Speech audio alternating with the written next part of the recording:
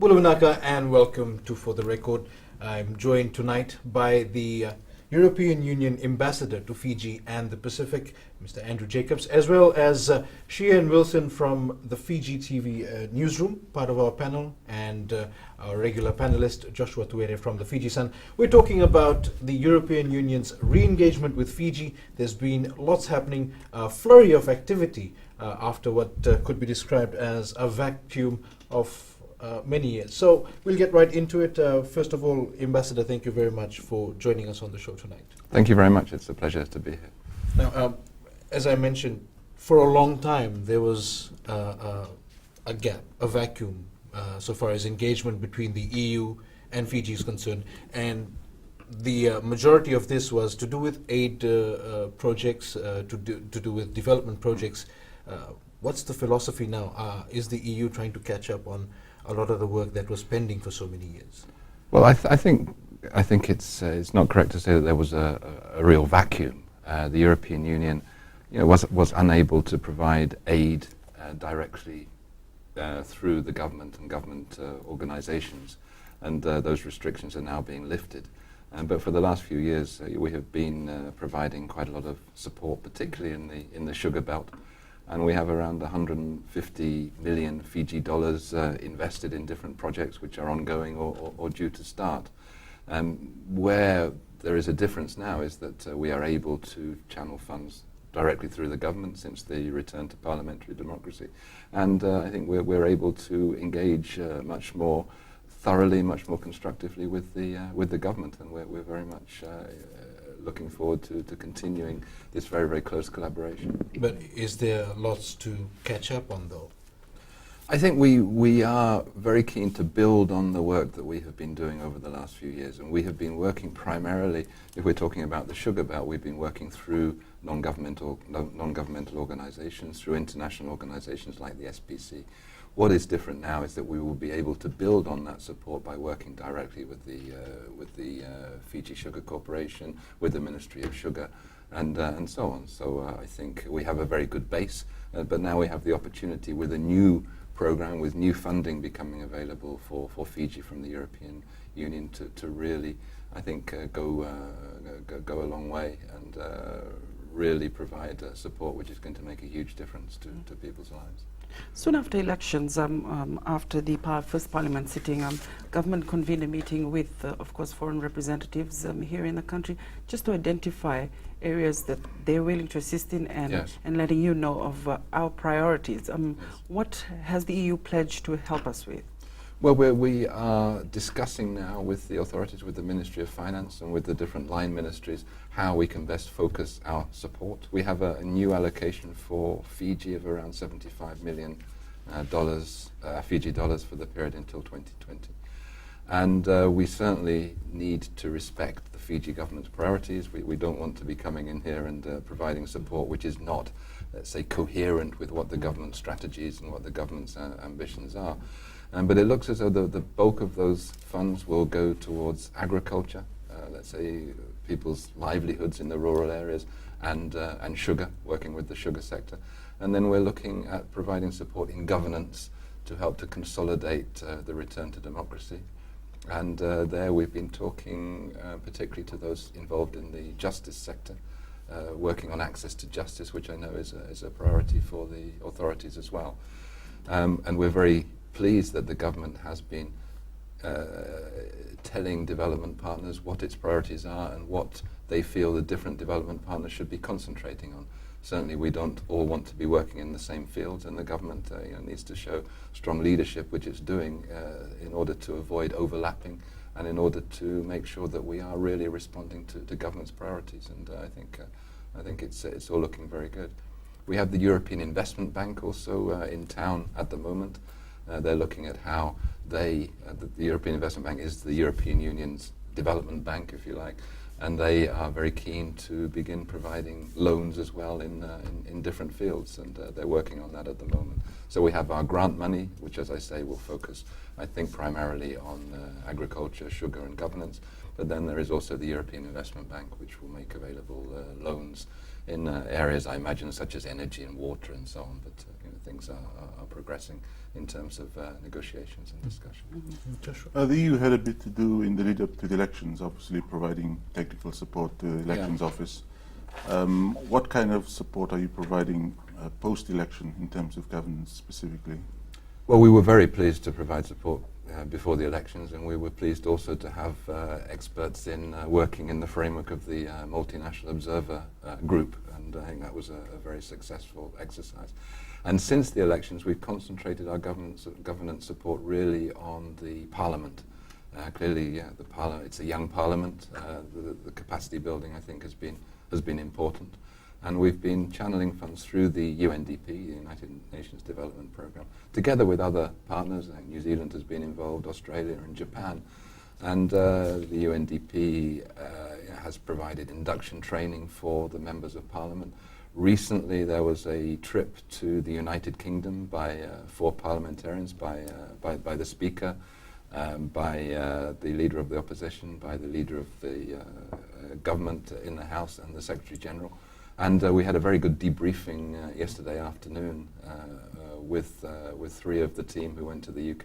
And I think that type of exposure, that type of, let's say, exchange of know-how, exchange of information is very valuable in terms of building capacity for the Parliament. I mean, we're very aware that for a lot of MPs, this is the first time sitting in a Parliament, and it's quite, let's say, a complex setup. It's a complex experience.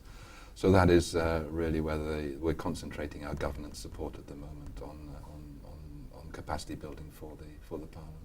With this assistance, what would the EU like to see at the end of the day, so far as Parliament specifically is concerned? A strong Parliament. Fiji was a long time without a democratically elected government, and we will do everything we can to make sure that the Parliament performs as well as it can. We're very pleased with the way things have gone after the election. I think the Parliament was very rapidly constituted, and it's great to see democracy in action, and it's great to see it in action on television and listen on the radio, and certainly our support will concentrate on making sure that the Parliament and the other institutions that safeguard democracy will function as well as they possibly can. All right, thank you, Ambassador. On that note, we will take a break. We'll be right back.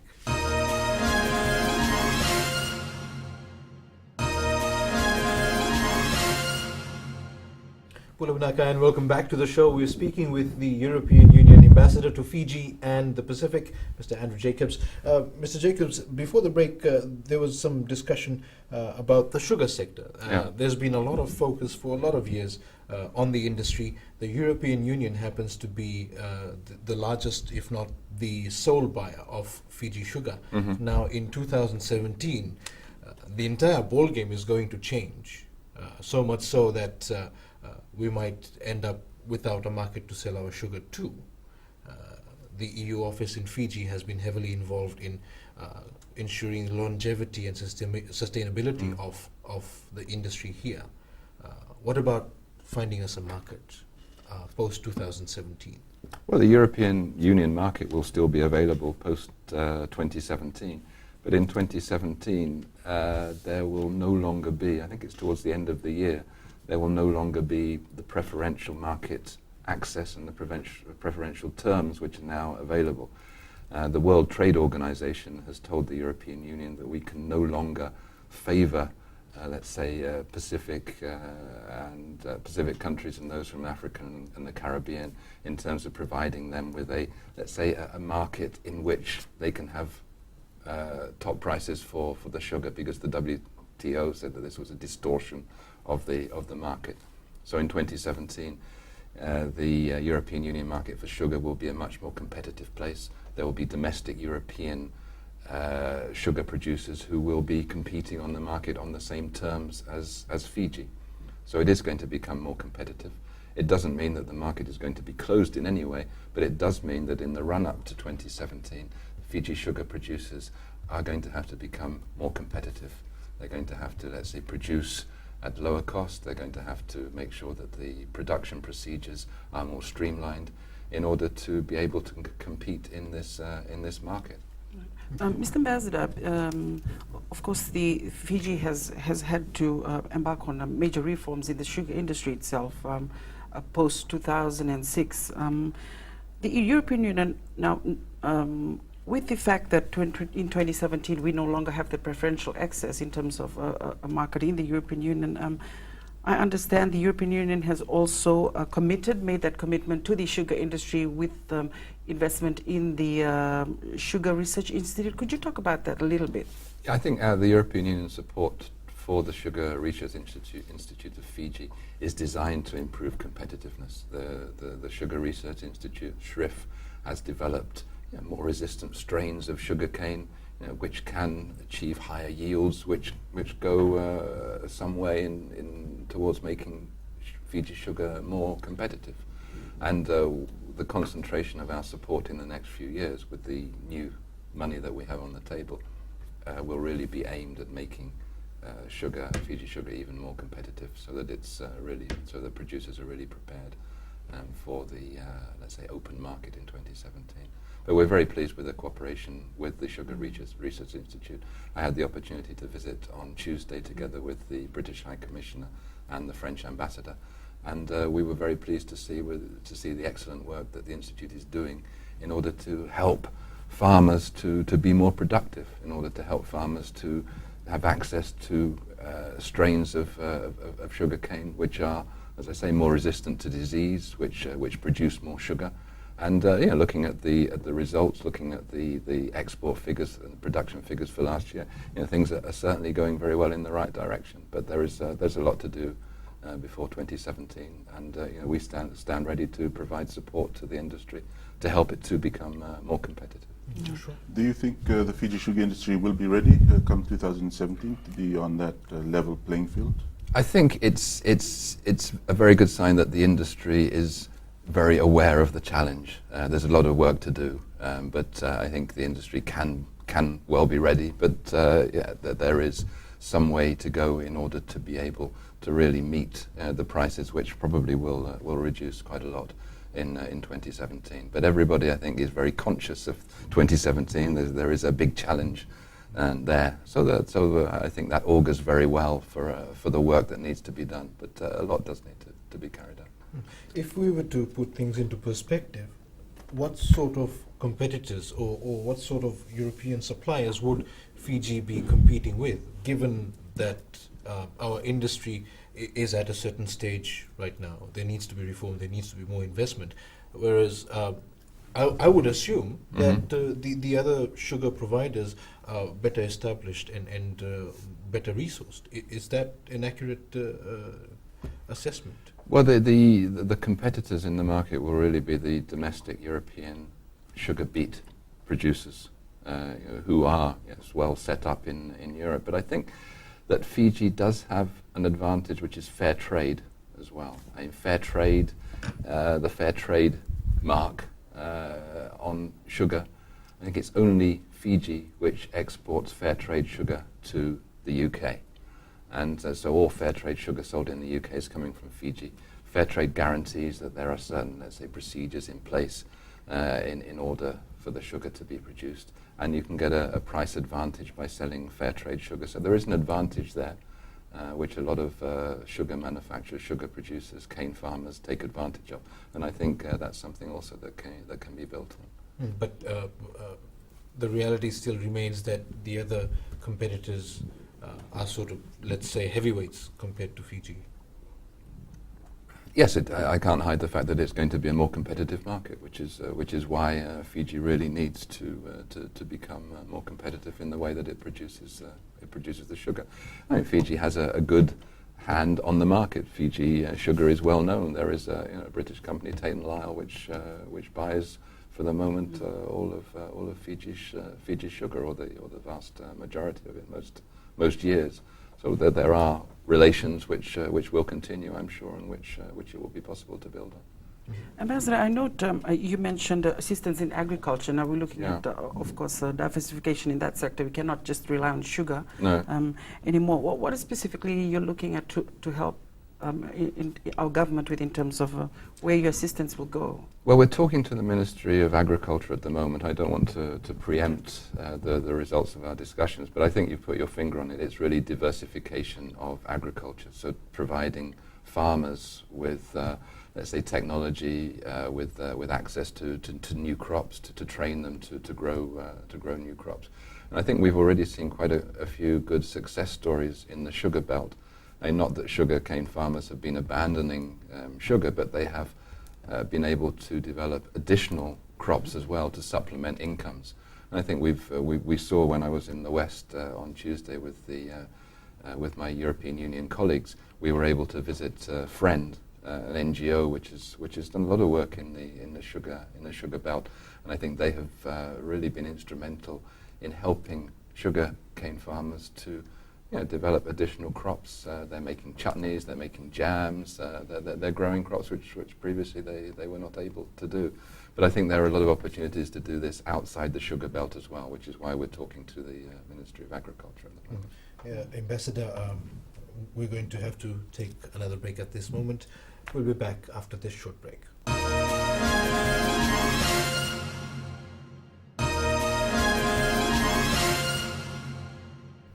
Welcome back to the show. We're speaking with the European Union Ambassador to the Pacific and Fiji, Andrew Jacobs.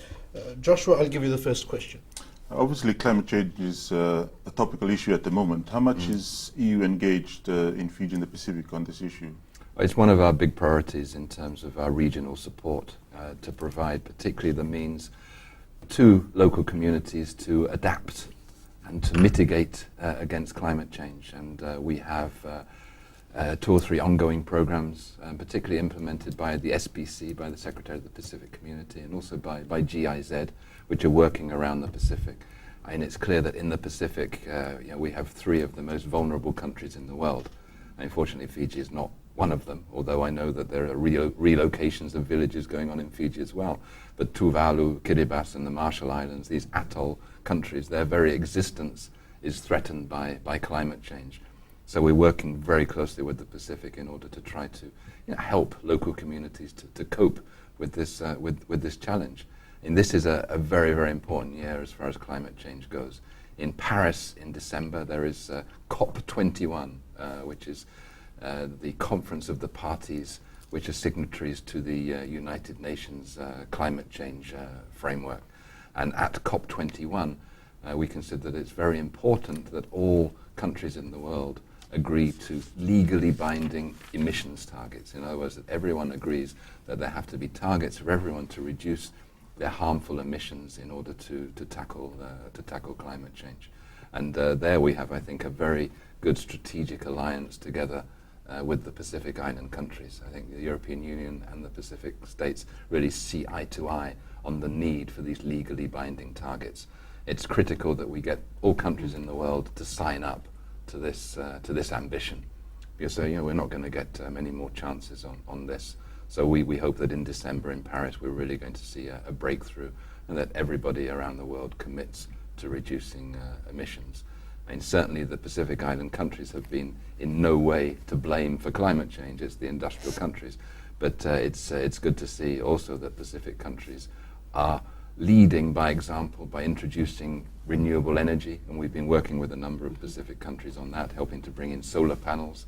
And I think it's a very strong message to the international community that Pacific countries, we didn't cause the climate change, but we are threatened by it, and we are putting in place means to generate electricity, to generate energy from sources which are not harmful for the environment. So I think the Pacific countries are in a very strong position in terms of negotiation, but clearly they're also very vulnerable, and we can see the effects of climate change. In Fiji, when we see that villages have to relocate because the sea is rising. There have been these global meetings in previous years. All the world leaders have gotten together. We're talking about presidents from the American continent, whatnot, and all the big names.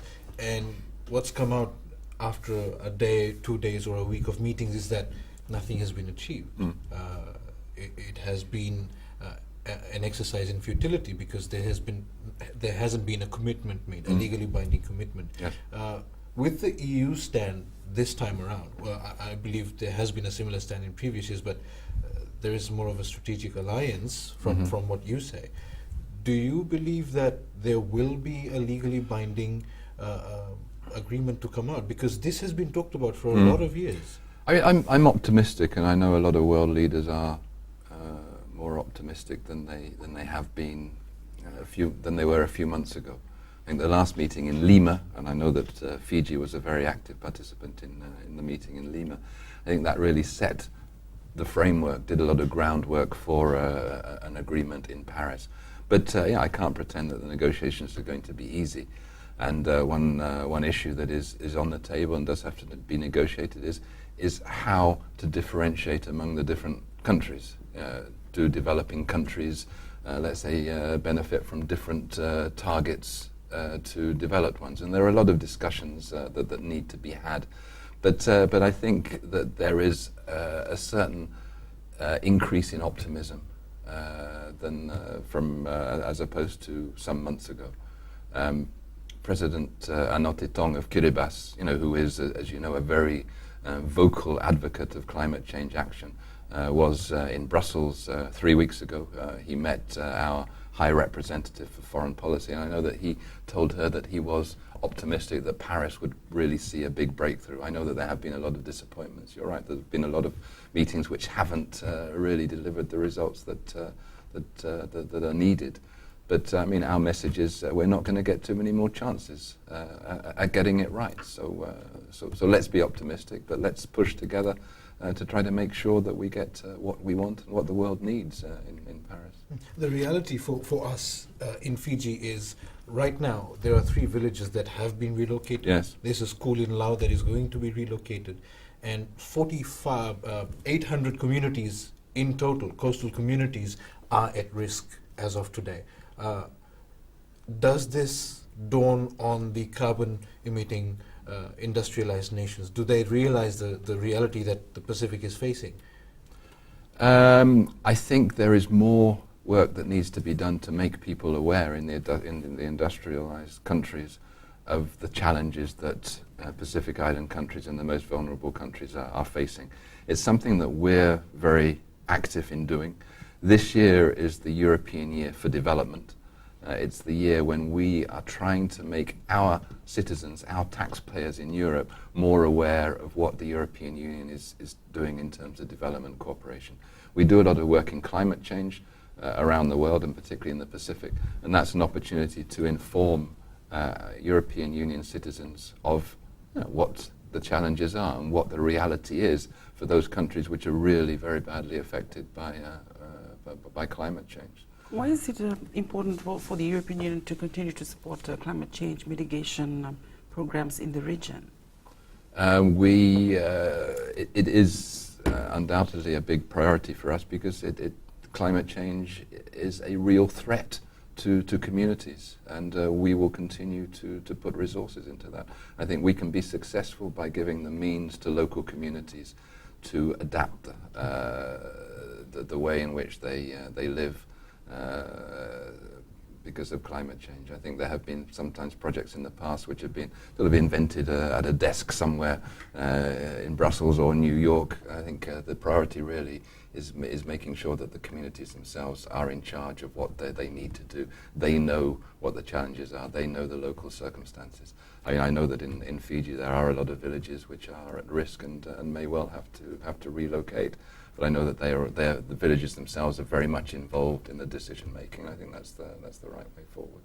Thank you, Ambassador. It's time for another break. We'll be back shortly.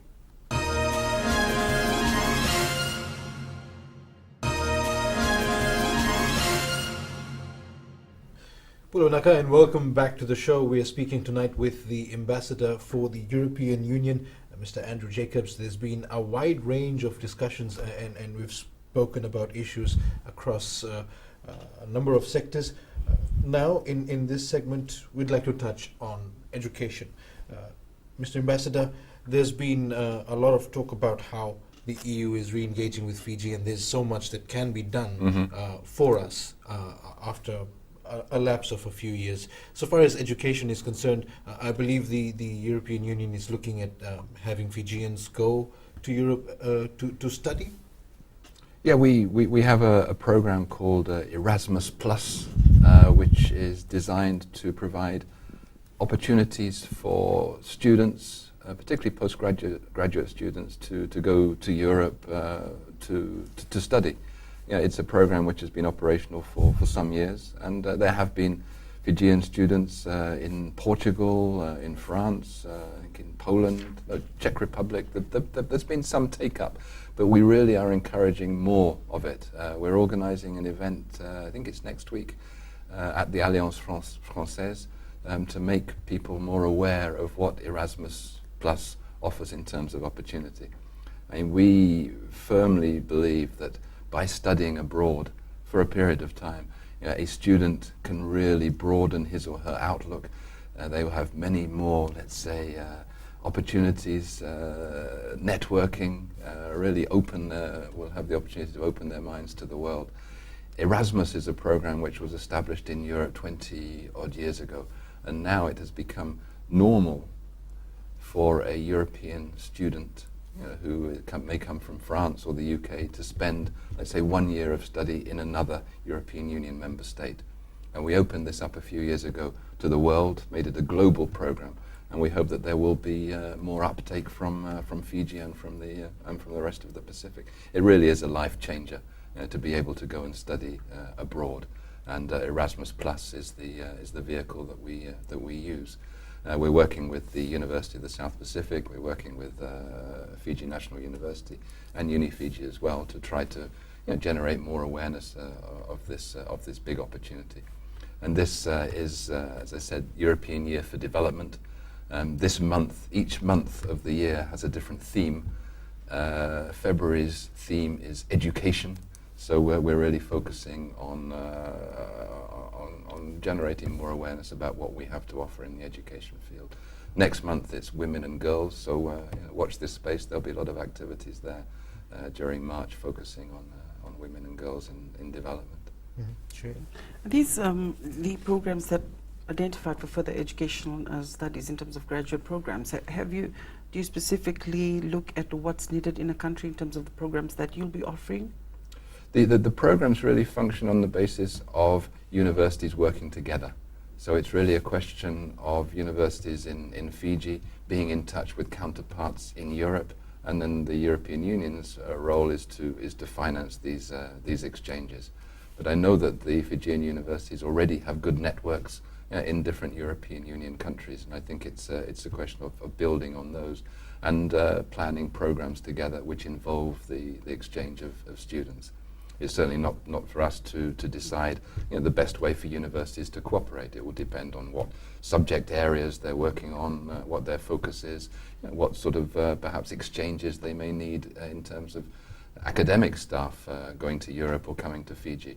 And I should say that we don't just want Fijian students to go to Europe, we want more European students to come here. This is a two-way program. And there are very good opportunities here for higher education, and that also should be a result of our efforts in promoting Erasmus Plus and these student exchange opportunities. Mm-hmm. What's the feedback been like so far from students who are currently part of the program and those who have graduated from it? Very positive. And we're looking forward to hearing next week when we're promoting Erasmus Plus directly from some of the students who have come back from Europe. I think universally they are very pleased with the experience, and they feel that this has offered them huge opportunities. If you come back from a foreign country, you have new experiences to offer employers. You have new experiences, new skills to sell, and I think certainly it's a program which is proving to be very successful. The focus right now in Fiji, at least on a tertiary level, is to have students focus on a certain field where there is a lack in Fiji. Yeah. And we're even talking about TVET, vocational education. Are there possibilities for that as well? Because we have students who go into management and business and accounting and medicine, but apparently the real shortage for us right now are plumbers, carpenters, these blue-collar jobs. is it possible? And Erasmus Plus does focus on tertiary education and university education rather than technical and vocational training. I mean, it's an area which I know, does require growth. It does require investment, but Erasmus Plus is not the right vehicle for that. Research and development, is there a lot of focus on that? Yes, definitely, and there are opportunities which are being taken up between Europe and the Pacific for researchers to work together, to really share information and to carry out joint experiments and so on. Yes. Mr. Ambassador, I just think you mentioned about women and girls, the focus for the European Union next month. Well, what is particularly your interest in that area? Well, one of the issues that I think that but I know that the Fiji government is also concerned about is violence against women. I think certainly in Fiji and around the Pacific there is a problem. We've been working with a number of NGOs to try to get the message across that violence against women is totally unacceptable. And I'm pleased that there has also been the zero tolerance campaign of the Fiji government.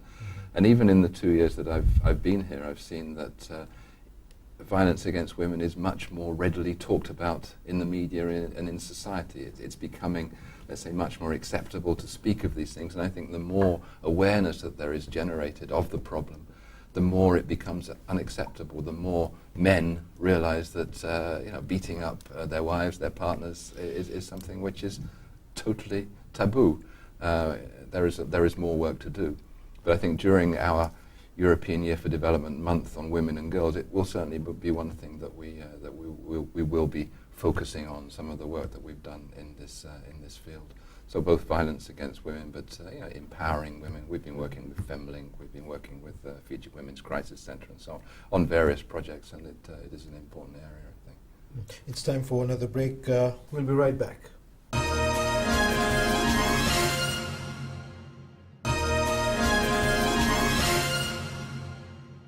Welcome back to For the Record. Our guest tonight is the European Union Ambassador to Fiji and the Pacific, Mr. Andrew Jacobs. Now drawing to the end of the show for this weekend, but we'll carry on with discussions. Ambassador, the Economic Partnership Agreement has been an issue of a lot of talk, a lot of debate and negotiations with Fiji and on a regional level with the Pacific. The latest development so far as Fiji is concerned is that we have in the interim agreed to the EPA. What does this now mean for Fiji? Well, the interim economic partnership agreement is being applied at the moment. We're looking forward to it being ratified by Parliament, I hope in the next few months. But the interim economic partnership agreement does set down the conditions for preferential market access to the European market for Fiji products. I'm pleased that there are colleagues coming from Brussels, in fact, next week for meetings with the Ministry of Trade, for meetings with the private sector, really to make people more aware of what opportunities this agreement represents in terms of the European market. I mean, we're very pleased that this agreement is now in place. And there is, as you've mentioned, a comprehensive economic partnership agreement that has been under negotiation for some time between the European Union and the Pacific. The European Union is still committed to working towards an agreement. There are a few stumbling blocks, fisheries conservation and so on. But meanwhile, I'm pleased that as far as Fiji is concerned, there is an agreement already in place. But we will continue to negotiate the regional comprehensive agreement. But as I say, the interim agreement is there for Fiji as well as for Papua New Guinea. There's been this sense that the Pacific is running out of time for negotiations. There is no deadline for the negotiations. No, I mean they have been going on a long time, and we would hope that they will draw to a close as soon as possible. But there's no deadline. Should we anticipate an agreement by Fiji after the meeting with the Brussels team? No, the agreement is already there. The agreement came into force, I think, in October last year. It does need to be ratified, but it's being provisionally applied. So the agreement is there. It was negotiated several years ago. So the visit from our colleagues in Brussels is really to discuss its implementation with the government and with different partners. Would this team also be meeting with the private sector, potential Absolutely. exporters? Yes. Yes. And where is the focus? I mean, is it open to anyone, or because we also have to look at volume of trade for Fiji? Well, we've been talking to the Ministry of Trade, we've been talking to the Chamber of Commerce and the Employers' Federations about what sectors of industry would be most interested. And I think there will be meetings with those exporting, sugar, obviously, but also seafood, various foodstuffs which have the potential, have a potential on the European market. But we'll be sure to, let's say, include meetings with those representatives of industries where Europe does present market opportunity. Joshua? A few years ago, there was a bit of an issue with fish exports to the EU and whether they met EU regulations. How much of an issue is it at the moment? It's no longer an issue. It's true that the European Commission gave what we call a yellow card to Fiji for illegal, unreported and unregulated fishing. In other words, we felt that more could be done in order to ensure that illegal fishing was not happening in Fijian waters, and we had excellent response, excellent collaboration with the government, with the Fisheries Ministry, and that yellow card is no longer there. And I think there was a real joint wish to see IUU, illegal, unreported, and unregulated fishing, the history in Fijian waters, and the government has taken action, and certainly there were no consequences of this yellow card. A yellow card can turn into a red card, as it has done for a couple of countries recently, but not Fiji. We work very well together, I think, to resolve the problems. Ambassador, the entire premise of EPA negotiations has been, and this has even been said by the Fijian government, that the idea is to have a comprehensive agreement that benefits the entire region and the Pacific, and negotiations have been carried out on a regional level. Yes. Now, PNG agreed to the interim agreement, and the next in line was Fiji. So what changed? I mean, we went from a Pacific focus to a specific country focus. What changed? Well, no, there's been no change of focus. The idea of the interim EPA, as the title suggests, were to provide, let's say, a route to a comprehensive agreement, and we were pleased to be able to negotiate interim agreements with those countries which wanted to move quickly in terms of agreeing trade conditions with the European Union. Having an interim agreement doesn't mean that there is less focus on getting a regional agreement. But if these interim agreements hadn't been in place, then neither Fiji nor PNG would have been able to, let's say, enjoy certain market conditions. You mentioned the implementation of the agreement. Looking at the regional perspective, or individual countries like Fiji and PNG, are there some challenges that we face that the European Union could probably assist us with in terms of implementing what's in the agreement? Yes. I think the visit from colleagues in Brussels next week will be helpful in identifying what challenges there may be. And we are currently preparing our new regional cooperation program for the Pacific. We have 166 million euros available, which must be something approaching 400 million Fiji dollars. That's for our regional cooperation program. And a big part of that program will focus on private sector development. It will focus on regional economic integration. And with some of those funds, we will be able, with different Pacific countries, including Fiji, to work with the private sector on helping it to prepare better for export markets. So yes, we do have some means available to help ensure that Fiji and Fijian companies can take best advantages of what European market opportunities exist. Ambassador, just drawing to the close of the show for this evening, I'd like to pick your brains about whether there were some adjustment pains in re-engaging with the Fiji government after elections because there was an 8-year gap. Was it easy to come back to the table and begin discussions, or did it take some adjusting too? Well, there was never a gap in discussing with the Fiji government. I mean, we continued to have meetings. We continued to have a very constructive relationship. I think the difference now since the elections is that we have been able to lift the restrictions on development cooperation, and we look forward to engaging in a very good political dialogue with the government. But no, the transition has not been difficult because there wasn't really a time when we were not talking. So I'm pleased that there was a strong base to build on. Ambassador, thank you very much for coming on our show tonight. That's unfortunately the end of the segment for this weekend. Our many thanks to Ambassador Andrew Jacobs from the European Union. Also, our panelists tonight, Shirian Wilson from Fiji TV and Joshua Tuere from Fiji Sun. Remember, if you have any comments or questions, you can email us for the record at fbc.com.fj. That's the show for tonight. We'll be back again next weekend. Good night.